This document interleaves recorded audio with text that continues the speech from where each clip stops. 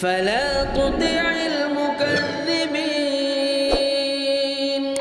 ودوا لو تدهن فيدهنون. Ahibati fillah, kita akan membahas tentang masalah rizki. Karena yang kita lihat, kesibukan yang terjadi, yang membuat jalanan jadi macet, jadi padat, itu mereka cari rizki. Yang membuat mereka bangun di pagi hari, mandi, meninggalkan keluarganya, berpenat-penat, pulang petang. Sebagian ada yang berhari-hari tak kunjung pulang ke rumahnya. Kenapa? Mereka mencari rizki. Sebagian ada yang mencari rizki dengan jalan yang salah.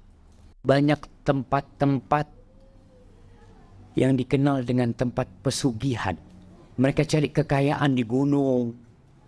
Mereka berangkat ke pantai. Mereka berhari-hari meninggalkan keluarga, bersemedi, bertapa.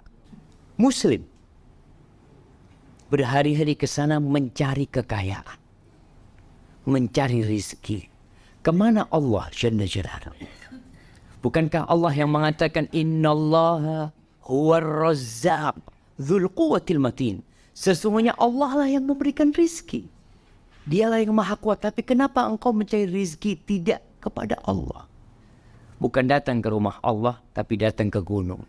Padahal gunung itu Allah yang menciptakan. Apa sih yang menyebabkan orang terlalu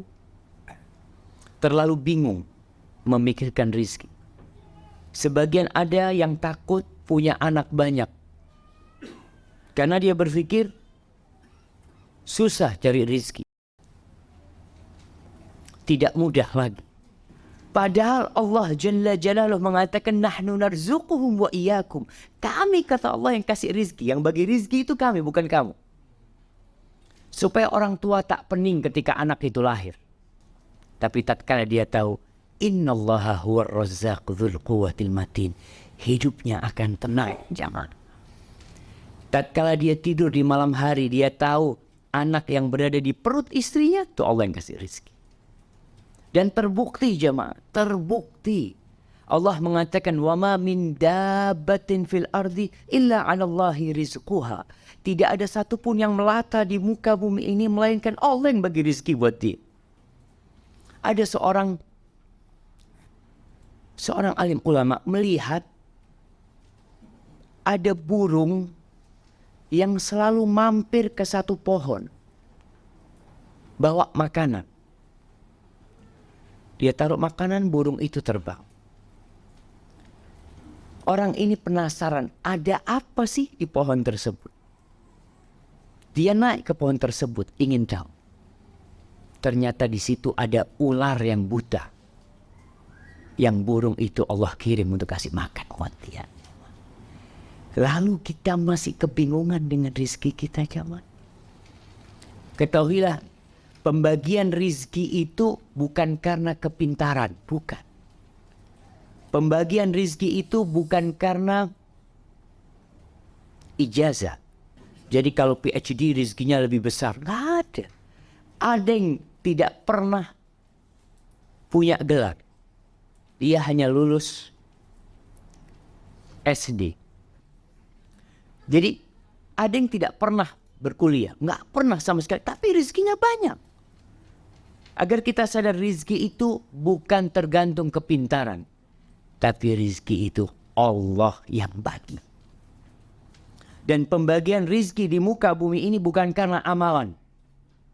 Jangan berpikir ketika seorang lebih banyak amalannya, lebih banyak rizkinya. Tidak.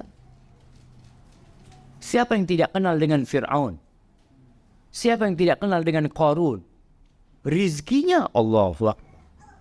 Bahkan orang-orang apabila mereka memandang harta kekayaan Qarun, hati mereka tergoda. Mereka ingin memiliki apa yang dimiliki Qarun. Tapi tatkala bumi ini merekah dan menelan Qarun, mereka mengatakan, aduh sudah tidak lagi. Kemudian jamaah perlu diingat, kekayaan yang Allah bagikan bukan pertanda cinta Allah kepada hambanya. Orang-orang musyrikin dahulu berpikir ketika rizkinya diluaskan, ketika rumahnya diperbesar, ketika hidupnya nyaman, mereka berpikir Allah memuliakan dia. Di surat Al-Fajr, Allah mengatakan, فَأَمَّا الْإِنسَانُ إِذَا مَبْتَلَاهُ رَبُّهُ فَأَكْرَمَهُ وَنَعَّمَهُ فَيَقُولُ رَبِّي أَكْرَمَنِ وَأَمَّا إِذَا مَبْتَلَاهُ فَقَدَرَ عَلَيْهِ رِزْقَهُ فَيَقُولُ رَبِّي أَهَانَنِ. Adapun manusia, kalau dia diluaskan rizkinya, diberi jabatan, dihormatin oleh manusia, dia berpikir Allah, Rabbku memuliakan aku.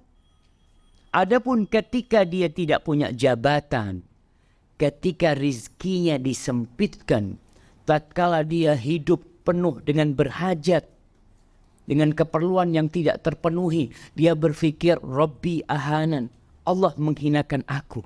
Kalla, kata Allah. Gak seperti itu, coba. Sehingga pembagian rizki bukan karena amalan, tapi pembagian rizki itu dikarenakan cobaan yang Allah berikan. Sebagian orang berpikir kalau dia sedang sulit, dia terkena musibah, anaknya sakit, dia mengatakan Allah beri aku cobaan. Ketika rizkinya luas, duitnya banyak, dia tidak pernah mengatakan Allah beri aku cobaan.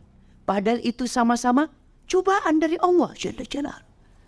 Dan sebagian manusia sukses ketika dikasih cobaan, kesulitan rizki. Kita lihat terkadang sebagian manusia ketika dia punya hutang, kemana dia pergi? Ke masjid. Ada di saf pertama. Masya Allah. Ketika musibahnya sudah diangkat, saf kedua.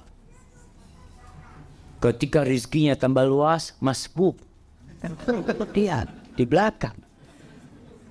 Berarti dia tidak lulus ketika dicoba dengan kenikmatan. Dan dia sukses ketika dicoba dengan musibah. Maka ingat, kita akan berbicara tentang bagaimana mencari rizki. Apa sih rizki, jemaah? Kita sering berbicara rizki. Tapi apa sih rizki itu? Rizki itu sesuatu yang bermanfaat. Itu rizki. Yang kita bisa ambil faedahnya, itu rizki kita. Yang tersisa, belum tentu rizki kita. Dalam hadis riwayat Tabrani, Rasulullah sallallahu alaihi wasallam mengatakan, "Walladzi nafsu Muhammadin biyadihi." Demi yang jiwa Muhammad berada di tangannya, demi Allah Jalla Jalaluhu, lan tamuta nafsun qabla an tastakmila rizqaha. Jiwa itu takkan mati sampai dia menyempurnakan rizkinya. Jiwa itu takkan mati sampai rizkinya sempurna. Jadi sebagaimana ajal itu datang menyebut kita, sama dengan rizki. Jadi ketika ada orang mati, dia punya harta 1 juta, mati. Berarti rizki dia sudah selesai. Udah habis. Rumahnya bagaimana? Bukan rizki dia.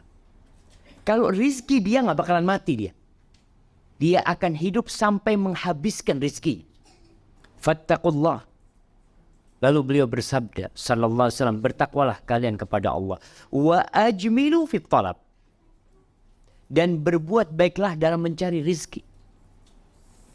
Wa la yahmilannakum istibta'ur rizq ala an tatlubuhu fi ghairi ta'atillah. Jangan sampai kalian merasa rizkinya itu lambat. Maka kalian ketika mencari rizki, carilah dengan cara yang baik. Bertakwa sama Allah. Yang di sisi Allah tidak akan didapat kecuali dengan ketaatan kepada Allah. فلا تطع المكذبين